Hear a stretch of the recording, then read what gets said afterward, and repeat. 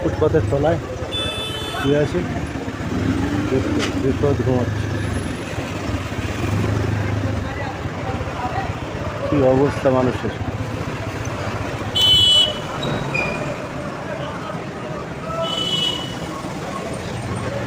মাসি, ও মাসি, মাসি ঘুমোচ্ছ? ও মাসি, ও মাসি, মাসির কোনো আওয়াজই নেই। মাসি ধরে অস্থির হয়ে যাচ্ছে। ও মাসি, খুব ঘুমিয়ে গেছো? ঘুমিয়ে গেছো? না না, ঘুমিয়ে গেছো? শরীরটা ভালো নয়? ও, খাওয়া দাওয়া হয়েছে? খাওয়া দাওয়া হয়নি কেন? খাওনি কিছু? সকালে চা বিস্কুট খেয়েছি, আর তখন তো কিছু খাওনি? ওষুধ ফষুধ কিছু খাওনি? পয়সার জন্য কিনতে পারো নি? ও, কী হয়েছে বলো আমাকে একটু।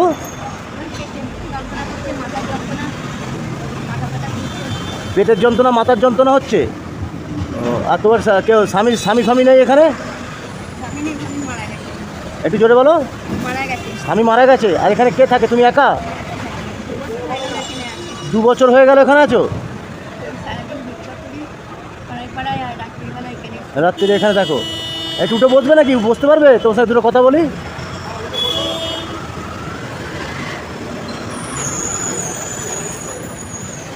তোমার বাড়ি কোনখানে? দেশ মানে এইখানেই বাড়ি না অন্য কোথাও বাড়ি তোমার?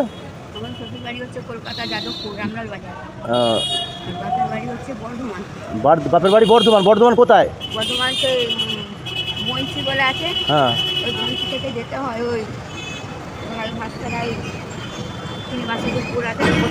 হ্যাঁ। ও, সারাদিন ভিক্ষা করো আশেপাশে, রাত্রে এখানে এসে থাকো? এখানে তো বৃষ্টি তো পড়ে না?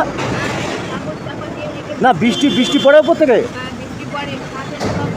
সব ভিজে যায়। ওপরে তো তোমার আছে, কিন্তু বৃষ্টিটা পড়ে। ও আচ্ছা। ও, আজকে বেরোনি তাহলে তুমি? তা ওষুধ ফষুধ খাওনি, পয়সা করে সকাল থেকে বেরোনি, চলবে কি করে? তো কথা যে দুপুরবেলা কি ভাত খাবে তুমি? ভাত খাবে? হ্যাঁ, তাহলে আমি তোমার জন্য ভাত আনবো। ভাত খাবে? হ্যাঁ, তাহলে তুমি একটু বসো, আমি তোমার জন্য ভাত নিয়ে আসি। হ্যাঁ, এখানে বসো, আমি এই তো ভাত নিতে যতটুকু টাইম লাগবে ততটুকু টাইমে এসে তো নিয়ে আসছি। হ্যাঁ, তোমাকে জল আছে না? জল আনবো? জল আছে, ঠিক আছে, তোমার জন্য ভাত নিয়ে আসছি আমি। আর ওষুধ আমি তোমায় দিতে পারবো না এই কারণেই, কারণ আমি ওষুধের ব্যাপার তো, তুমি ডাক্তার না দেখিয়ে হবে না, আমি আসছি। হ্যাঁ, আচ্ছা, ঠিক। ও আচ্ছা, ঠিক, আচ্ছা আচ্ছা, ঠিক আছে। আচ্ছা আচ্ছা, তোমার কাছে বড়ি ফড়ি কিছু আগের যে ডাক্তার দিয়েছে নেই তো? আচ্ছা, ঠিক আছে, তুমি বসো, আমি তোমার জন্য খাবারটা নিয়ে আসি। হ্যাঁ, তুই এখানে বসবা। খাবার নেওয়া হয়ে গেল।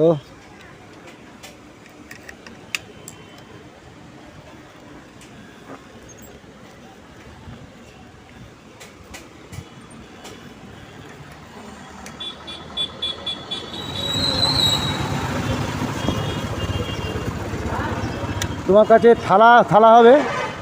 হ্যাঁ, একটা জায়গায় নাও।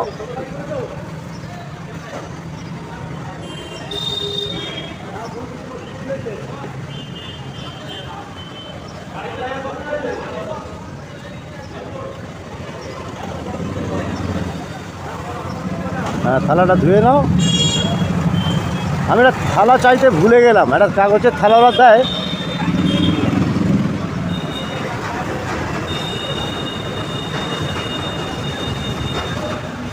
ছেলে মেয়ে কেউ নেই? ছেলে মেয়ে? একটু জোরে কথা বলা। চারটি মেয়ে? হ্যাঁ, হ্যাঁ।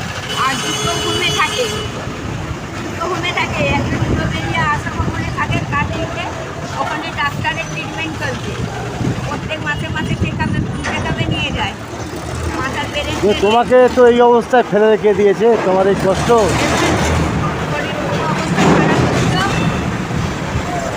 এক সেকেন্ড, আওয়াজ হচ্ছে তো, দাঁড়াও। প্রচণ্ড আছে, বলো। শরীর অবস্থা আমার খুবই খারাপ ছিল। এসেছিল ওখানে, হ্যাঁ দেউলপুর থেকে এসেছিল একজনা টোটো চালায় এখানে, হ্যাঁ চেনা পরিচয়। হ্যাঁ সে আবার পুলিশ ক্যাম্পে ফোন করেছিল, হ্যাঁ পুলিশ হ্যাঁ আছে, হ্যাঁ ওখানে বলেছিল ওরা আবার ফোন করে এবার অ্যাম্বুলেন্স নিয়ে এসেছিল, ও অ্যাম্বুলেন্স নিয়ে এসে গিয়ে হাসপাতালে ভর্তি করেছিল। ও ভর্তি করার পর এবার বললো বাড়ির লোক নাহলে ভর্তি নেবে না। হ্যাঁ এবার আমার বড় মেয়ে জানে না, বড় মেয়ে গিয়েছিল, বড় মেয়ে সে সকালবেলা নিয়ে গেছিলো 12টার সময়, সে সন্ধ্যে 6টায় ভর্তি করেছিল। হ্যাঁ।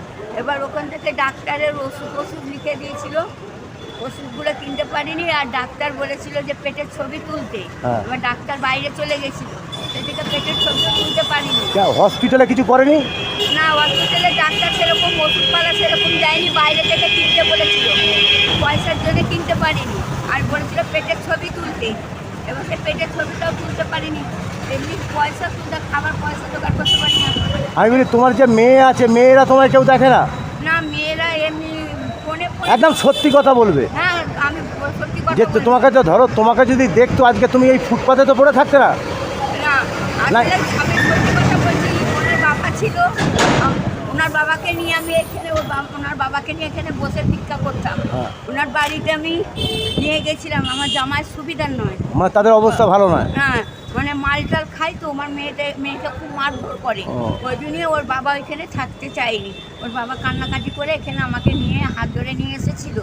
এখানে বসে ওর বাবাকে বসিয়ে রেখে আমি এই রানীহাটি গাববেরিয়া সব ভিক্ষা করতে যেতাম। ওর বাবাকে ভিক্ষা করে নিয়ে এসে খাওয়াতাম আমি। হ্যাঁ, আর ওর বাবার খুব শরীর অসুস্থ হয়ে পড়লো। হ্যাঁ, অসুস্থ হয়ে যাওয়ার পর বললো তুমি কী করে দেখবে, তুমি সুস্থ হয়ে না, আমার তো এরকম অবস্থা, আমার একটা হাতে অপারেশন করা আছে, কোমরেও অপারেশন করা আছে। আমার মেয়ের পেটে থাকতে পড়ে গেছিলাম, পড়ে গিয়ে হাতে কুচি হয়ে গেছিল। আমার স্বামী আইটিসি কোম্পানিতে চাকরি করতো, প্রাইভেট কোম্পানি, সিগারেট কোম্পানি, এই ধুলোবাড়ি হ্যাঁ। প্রোডাক্টের গোডাউন আছে, কলকাতা অফিস, চাকরি করতে। ওনার অবস্থা খুবই খারাপ, কেউ দেখাশোনা করে না। আমি নিয়ে গিয়ে আমার স্বামীকে নিয়ে যাই, বলে ছেলে নাহলে ভর্তি নেবে না। আমি নিয়ে গেছিলাম, মরার 2 মিনিট আগে আমার মেয়ের সঙ্গে কথা বলতে চেয়েছিল। আমার বড় মেয়ের চাইতে আমার মেজো মেয়েকে খুব ভালোবাসতো, তা আমার মেজো মেয়ে ফোন তোলেনি, আমার জামাইও ফোন তোলেনি। হ্যাঁ, ফোন তোলেনি। আমি ওখানে একা, আমার ওখানে সাহায্য করার মতন কেউ পাশে নেই, আমি একাই লড়ছি এই মানুষটাকে নিয়ে সারা রাত ওখানে পড়ে। হ্যাঁ, উলোবেরিয়ায় নিয়ে গিয়ে ট্রান্সফার করলাম, ডাক্তারের সঙ্গে গিয়ে লেখালেখি করলাম, গিয়ে এবার শুধু ডাক্তারকে ডাকতে গেছি যে ডাক্তারবাবু চলুন একটু না আমার স্বামীকে একটু স্যালাইন দেওয়ার জন্যে। ডাকতে গেছি, ডাক্তার আসেনি। লাস্ট টাইমে ওখানে একটা পেশেন্ট থাকে, সে বললো আপনার রুগী মারা গেছে। সে দুটো কথা বলতে পারলো না যে কী কথাটা বলবে আমার সঙ্গে। মুখে জল দেবো, আমি তো মুখে জল দেবো। সেই থেকে আমি এইখানেই থেকে গেছি। আর আর কি না, কান্না আর বুঝতে তো পারছি সব কিছু। টাকা পয়সা কিছু রেখে যাননি উনি, তাই তো? মানে চাকরি করতে সেখান থেকে টাকা পয়সা কিছু পায়নি, তাই তো? টাকা পয়সা কি, ওনার নামে বইটা ছিল, আমার তো নমুনা করেনি তো। নমুনা করলে আমি পয়সাটা পেতাম। ও তখন রিটার্ন হয়ে গেছিলেন, সে টাকা পয়সাও পাইনি। রিটার্ন হয়ে গেছে, সে টাকাও পাইনি, পেনশনের টাকাও পাইনি। উনি মরে যাওয়ার পর থেকে সব টাকা ঢুকছে। এটা তুমি ব্যবস্থা করতে পারো নি? না, আমি সব যতটুকুনি ক্ষমতা দেবে, আমাকে কেউ বিরাট করছে না। আমি এ ছেলে কাছে যদি একটা বেটা ছেলে থাকতো, আমি টাকা পয়সাটা পেয়ে যেতাম, কিন্তু সেরকম মতন কেউ। তোমার কাছে কাগজপত্র সব আছে? আমার কাগজপত্র সব আমি অফিসে জমা দিয়ে দিয়েছি। কলকাতা হেড অফিস আছে, এখানে খাঁপাড়া আছে, হ্যাঁ। খাঁপাড়া ফ্যাক্টরি আছে, হ্যাঁ। এখানে আমার ম্যানেজার আছে। ওই ম্যানেজারকে দিয়ে দিয়েছি, মানে যা যাবতীয় কাগজপত্র ছিল এখানে সব ডকুমেন্ট চুরি হয়ে গেছে, এখান থেকে চুরি হয়ে- কাগজপত্র কিচ্ছু নেই। হ্যাঁ, এবার আগে যেগুলো জমা দিয়েছি সেগুলো ব্যাংকে থেকে আমার ব্যাংকের বই সব চলে গেছিলো। থানায় ডায়েরি পর্যন্ত করেছিলাম, থানায় ডায়েরি করেছিলাম। হ্যাঁ। থানায় ডায়েরি করে উনি বললেন যে তুমি যাও ব্যাংকে বই দিয়ে দেবে, যে ব্যাংকের বইও পর্যন্ত দেয়নি। তারপরে অনেকক্ষণ পরে আমার নতুন অ্যাকাউন্টে টাকা ঢুকবে, আমার স্বামীর বইটা ট্রান্সফার হবে, সেই থেকে বই করিনি, বই কোনো রকমের জোগাড় করেছি। আরও বাদ বাকি আমার মেয়ের বই টই আছে, সেসব মেয়ের আর মেয়েরও মেয়ে রানীহাটি মেয়ের ব্যাংকের বই আছে, সেখানে এখনও যেতে পারিনি। এই যে অবস্থা কী হয়ে যাওয়ার পরে আমি হাসপাতালে ভর্তি হয়েছি। তারা কোনো রকমের কাগজপত্র জমা দিয়েছি, এই আজ হবে কাল হবে করে বইটা কোনো রকমে দিল দাদাভাই। ওই আগ্রহটা করলো, বললো আপনি টাকা পয়সা তুলতে পারবেন। তারপরে কী বললো, বলে এই জিনিসটা আর আপনি এখন টাকা তুলতে পারবেন না, মানে একটাও টাকা পয়সা তুলতে পারিনি। ফের বললো যে আপনি এখান থেকে চিঠি লিখুন, এখান থেকে চিঠি লিখে পেনশন অফিসে কাগজপত্র আমার আপারার অফিসে ওখানে জমা দিই, সে আবার ওখান থেকে ওখানে পাঠায়, ওখান থেকে আবার চিঠি লিখে বললো এখানকার টাকা যদি বন্ধ না করে আমি এখান থেকে আমরা টাকা তুলতে পারবো না। হ্যাঁ, এটা এখনো পর্যন্ত কোনো খবর নেই। খবর নেই। এইটুকুই অবস্থায় আমি রয়েছি, আর আমি খুব পরিস্থিতির মধ্যে আমি রয়েছি। দেখ, আমি যতটুকু বুঝলাম যে মেয়ে জামাই ভালো নয়, না, যত যাই তুমি বলো না কেন, আজকে মেয়ে জামাই যদি ভালো হতো তাহলে তোমাকে এইখানে এই পরিস্থিতিতে ফেলে রাখতো না। দাদা ভাই আপনাকে কি বলবো, আমার হাত এই অবস্থায় ভেঙেছিল, আমি নলপুরে ভাড়া থাকতাম আগে। হ্যাঁ, আমার স্বামী ওখানে থাকতো, আমার এই হাতটাই আবার ভেঙে ভুলে গেছিল। আমার স্বামী যে আমাকে তুলবার মতন আমার ক্ষমতা ছিল না, আমি ওই চেয়ারই বসে থাকতো। হ্যাঁ, আচ্ছা ঠিক আছে, আমি সবই শুনলাম। আমি এই দিক দিয়ে যাতায়াত করি, আমি তোমার কাছে আবার আসবো। হ্যাঁ, আবার আসবো।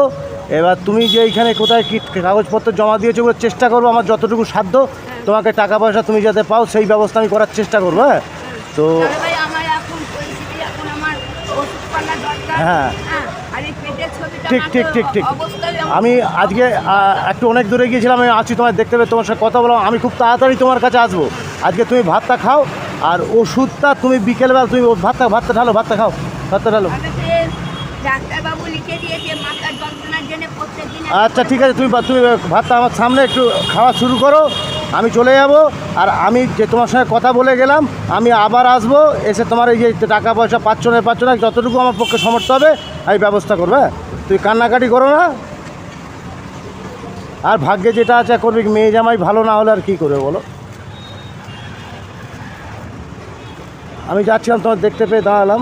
দেখ, তোমার আমার যতটুকু সামর্থ্য তোমাকে বললাম। আমি এরপরে হঠাৎ আমি সবসময় তো রেডি থাকি না, তোমার মতো বেরিয়েছিল সকালবেলা, সব যতটুকু পেরিয়েছি যা করি। আমি এখন ফেরার টাইমে তোমাকে দেখতে পেয়ে তোমার সঙ্গে দুটো কথা বললাম, জানলাম তোমার ব্যাপার।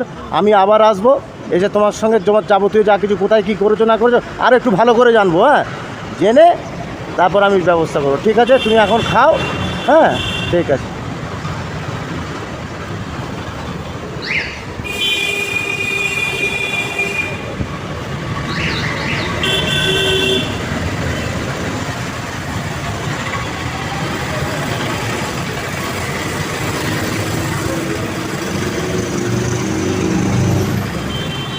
আর বেশি খেতে পারি না, তো জানেন দাদাবাবু, খেলে আমার খুব কষ্ট হয়, খেতে একদম পারি না। খেলি না, আমার খাবার পর না খুব পেটে যন্ত্রণা করে একদম, মানে পেটে যন্ত্রণার জন্য কিছু খাওয়া দাওয়া করতে পারি না একদম।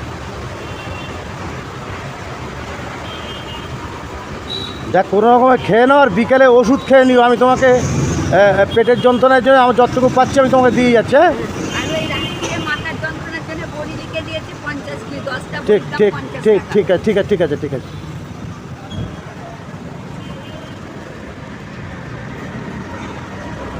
আমার যতটুকু সামর্থ্য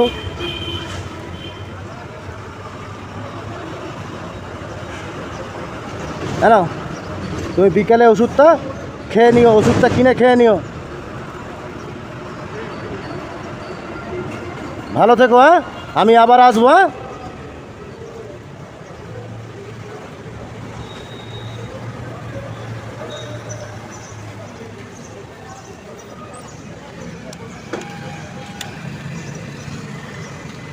আসছি তাহলে। হ্যাঁ,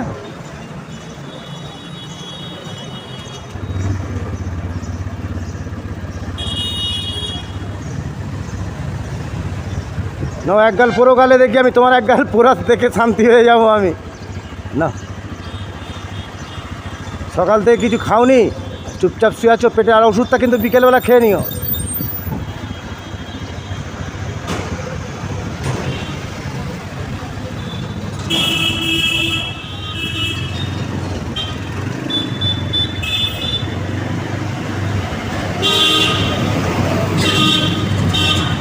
কি মা?